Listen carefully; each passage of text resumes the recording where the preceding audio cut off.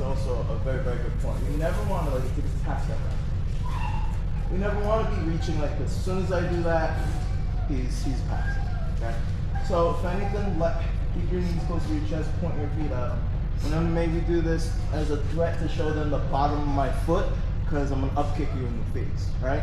So do the same thing, make them come in, and when he comes in, now look, I can put that one and put the other one. Now this one's gonna be a little bit longer, but we don't want it to be locked out, because then he's going down, okay? So if anything, I'll just rest in one and I'll keep my hips up. But if I can come up in both, or put both feet on his legs, even better. Now, be aware that since my body is facing this way, my feet are also facing this way, which allows me to put my feet on it and hold myself up. When we're going belly Riva, we always want to grab the near ankle. It's a little far, so I'll bring myself to it. Once I can catch it, I'm coming back up. Now, this is to keep this leg close. If he's foolish and he brings both feet in because he loses balance or something, we're dummy sweeping. But if we can keep this one strong, he's not really gonna bring that leg in, and we're here. When we're going belly Riva, we're gonna go up onto our shoulder. Now, I had always liked stepping the far foot to the same side as backup, which is viable. We can do this. The way Pete was doing it was this foot was staying here. But notice, when I come this way, my foot is now free, right? My foot is no longer pressing on it. So you'll lose your weight when you try to lace this through. So what you need to do, right? My foot is here. Essentially, my leg just pivots onto my ankle. So when I come up and over onto the shoulder, look, my frame, my knee frame is now holding me up. Doesn't mean you're impervious. I mean, you could technically start trying to attack holds and stuff like that. But by the time you start to go for that, this is already deep in here. Okay? Now, go back up. I'm not worried about necessarily falling through. Right? When I come through, whether you have the leg across or you step, this leg is the important one that keeps your hips off the ground. So this leg can flow through and lock in. Now, one thing Pete talked about, rotate a little bit this way. Yeah, perfect. When this leg goes through, you have to make sure, Shane brought it up. We can't let this knee go too low because he's going to spike the foot and step over. Now he's passed. So we need to make sure this leg is going up high. High up on the hip. Okay? Boom. High up on the hip. So now it's a lot harder for him to attack and clear that foot. Because I'm locked onto his leg. And the more I straighten out through my knee, look how he starts to turn. I let go on purpose so he couldn't turn. When we're actually working with belly Riva, each foot is a replacement, right? Everything is a replacement.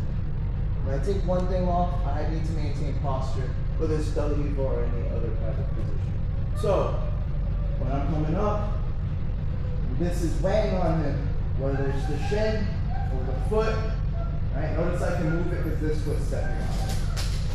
Now this foot is stepping on it. This goes through. When this goes through, some of you have probably heard, right? Ballet feet, jiu-jitsu feet. You need jiu-jitsu feet, you need that monkey foot hand, okay? So when this comes through nice and high, I'm locking onto his leg. I'm locking onto the front of his thigh, his quad. So this way, staying up on my shoulder, this foot, look, my hips are still up.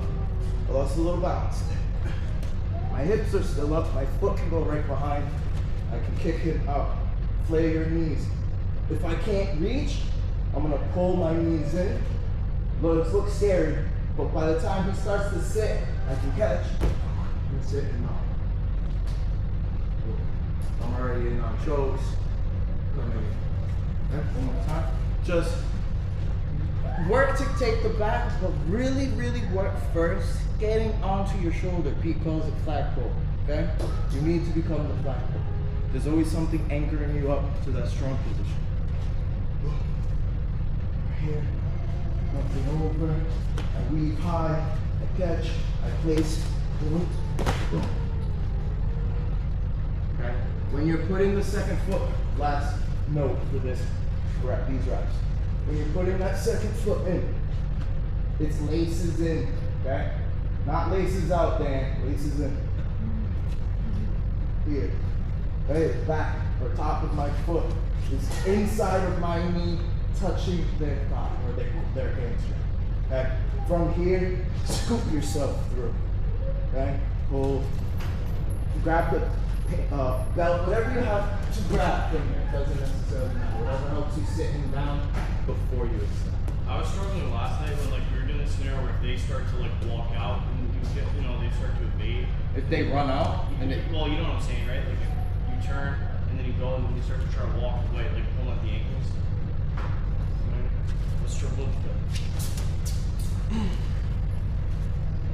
Other side, well, might come here. So where would you start? And then you start to center me, and then I start to try to walk away.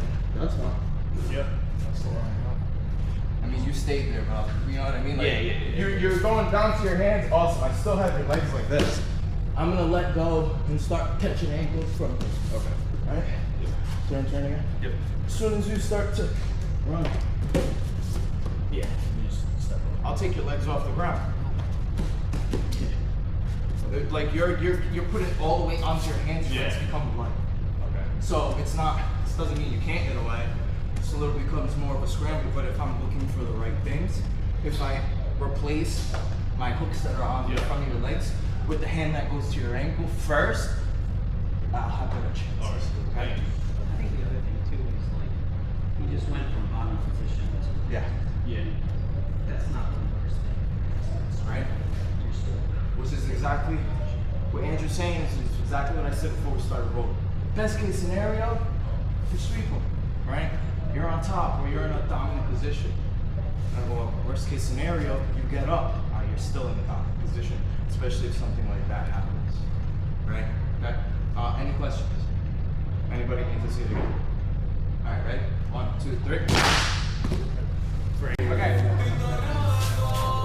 So.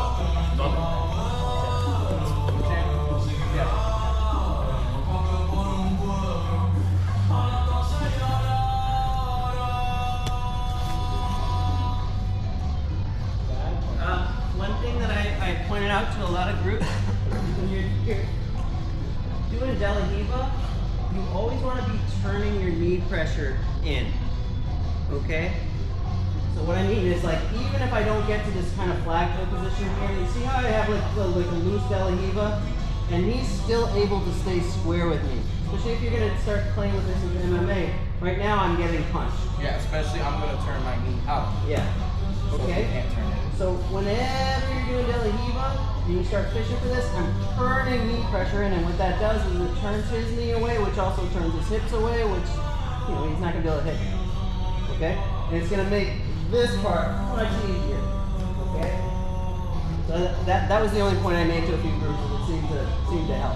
Coach, tell them to rotate. Tell them how you're getting my knee to turn. There's 2 things. Okay. The main one I'm doing is when I fight here, again, this knee, see how it's pointed outward and away from us? And I'm here, and I'm snaking this here. And I'm pulling. Okay, here. Well, it's much easier. I personally always prefer, if I hold coach's leg, I always prefer, instead of trying to grab the ankle and Achilles, I'll grab their heel. I'll literally grab the heel. So that way, I'm able, right, if I'm lacing through here, I'm able to keep prying it open. And it's going to keep pressure on their knee. Okay? Second, when you're up In your flagpole, you gotta make. I always try to think of keeping your core as tight as possible and as straight as possible as if you're doing plank, side plank, regular plank, whatever. You don't want to have your hips too low or too high when you're trying to get that leg in because it's gonna put you too deep. All right? If I come all the way up here and I put, even if I were to get this leg through, coach, hold this leg. You're this one. Get this through. I kind of can't really hold it in as well. If I come through and I'm like this, there's no pressure. I'm not hanging on his knee. I'm not turning his knee. He's just gonna turn this in and he's like that. This is your right into a leg drag. Yeah. So we have to make sure when we go up, we're here. Even if I step here, I come here, even if he kicks this leg off, I can still step it. Notice my weight's falling through my knee. I always want the back of my knee to be in line with his knee, and that helps doing the whole turn. But that way, when I start to sag on it, it starts to put it down. So even if I can make him take a knee, I can start trying to climb up from it, right? So we'll talk about a shallow De La Riva, which Pete and Shin were calling the lazy one yesterday, but it's not really lazy. It's only lazy in the sense that our hips aren't super active like this first one, but they will become after. We're just playing it a little different because maybe they're just stubborn, maybe we can't get to what we want to get right away. But what makes it different is the De La Riva leg that goes in still has to apply pressure. One thing that Shin really talked about, right? If we're doing it and we're a little bit more square, when we're going shallow, essentially I want to put my butt on his foot. I want his shin to be lined up with the middle of my body. So while I'm holding, I'll come here. Now look, this comes through. It starts to pull, and I'm pushing my shin up into his leg. Cool, take your leg. Right? If I just put this in, and I just lazy with cool, take your leg. Right? If I stay over here, and I don't get as much of a fight, and I don't have pressure, he's fighting. So we have to reposition ourselves and come here. This way, now I have more control of his leg. So again. Yeah, it's like my foot's stapled to him. Yeah. I'm stapling his foot not with just my hand, but my butt. Boom, my entire body weight. And then when this comes in, I'm going, look, straight to the back of that knee. So it turns it, and then pushing my foot straight up into his leg to really lock it out. Okay? Look where his hand goes. He's always gonna drop the nearest hand typically for base, for fighting, out of position, or any of those things. Oh, thank you. This is mine now. Now I can start coming up. And now we're doing the same stuff again. Okay? But don't rush it. Get here, collect this. After you collect this, step inside. Now you can go up and kick through. Hold this. You lost an arm. This is my fucking arm. I'm gonna choke you. I'm gonna switch to an armbar on that. Whatever I can do from there. Okay? Any questions? Any pointers? Say it one more time. One more time? Please. Knee pressure in all the time. Alright? Again, start center so you get into the habit of repositioning yourself. I always tell people when they're becoming blue belts or they're already blue belts, you have to realize when I move myself, how does it change my orientation with him? And what can I do because of that? And if I move him, how does it change his orientation to me? And what can I do with that? Right? From here I might come in for single leg X, right? Because I am so spread. But this is jiu-jitsu, right? That's what it's all about. It's a chess match. I'm here. Boom, I put myself in the middle.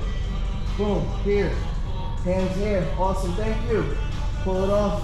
Step up. Lace with that De La Riva leg. Behind. One of the things I didn't mention in the last, when you're going from your shoulder, remember your shoulder is the smallest surface area right now, right? That's why we're up on it. So when I'm going behind him after I place these laces, I'm gonna drop my hips and scoop myself over. Using this leg too to kind of pry him open. It takes a little practice, right? From here, I'm gonna pull. Next step. If it was Dion and he fell that far back, I would just keep it. Because I'm not gonna really probably be able to get him in front. So you have to try to lure them in and extend all in one motion so you get that perfect sit in front of you. It's not always perfect, but you get them there, maybe they fall on top, and just roll them over with one of those hooks, and you get up, okay? It's not a end-all be-all to take them back. You want control. Okay. 1, 2, 3.